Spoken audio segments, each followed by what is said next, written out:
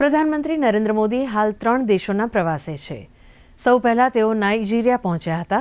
તેમના નાઇજીરિયા પ્રવાસ અંગે જોઈએ એક ખાસ અહેવાલ.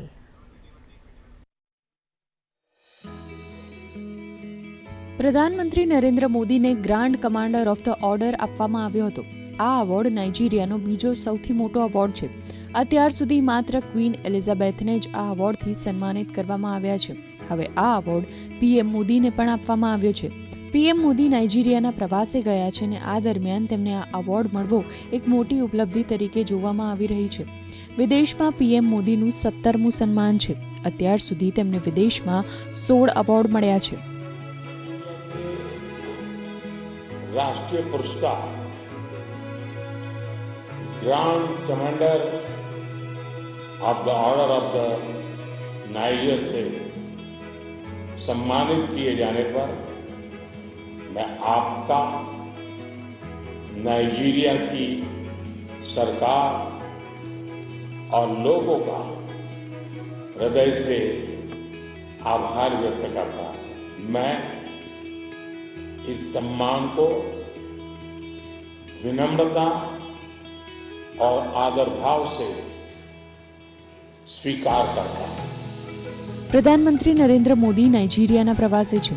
અબુજા ખાતે રાષ્ટ્રપતિ આવાસ પર પ્રધાનમંત્રી નરેન્દ્ર મોદીનું પારંપરિક સ્વાગત કરવામાં આવ્યું હતું. આ અવસરે બંને દેશના રાષ્ટ્રગાનની ધૂન વગાડવામાં આવી હતી.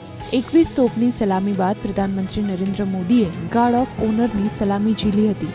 છેલ્લા 17 વર્ષોમાં ભારતના કોઈ પ્રધાનમંત્રીનો નાઇજીરિયાનો આ પ્રથમ પ્રવાસ છે. આજે પ્રધાનમંત્રી નરેન્દ્ર મોદી તેમજ નાઇજીરિયાના રાષ્ટ્રપતિ ટિન્બુ વચ્ચે દ્વિપક્ષીય બેઠક યોજાઈ હતી. नाइजीरिया के साथ अपनी स्ट्रेटेजिक पार्टनरशिप को हम उच्च प्राथमिकता देते हैं.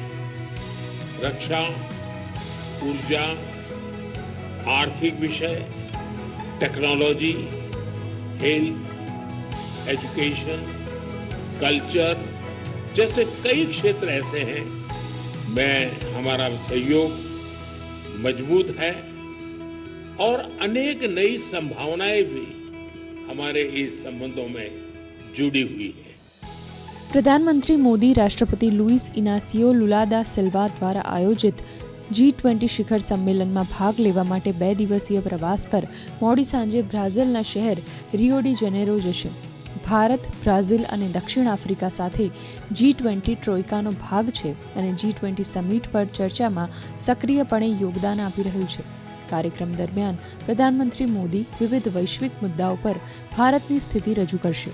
ત્રીજા અને અંતિમ ચરણમાં પ્રધાનમંત્રી મોદી 19 થી 21મી નવેમ્બર સુધી ગુયાનાની મુલાકાત લેશે. બ્યુરો રિપોર્ટ, દૂરદર્શન સમાચાર, અમદાવાદ.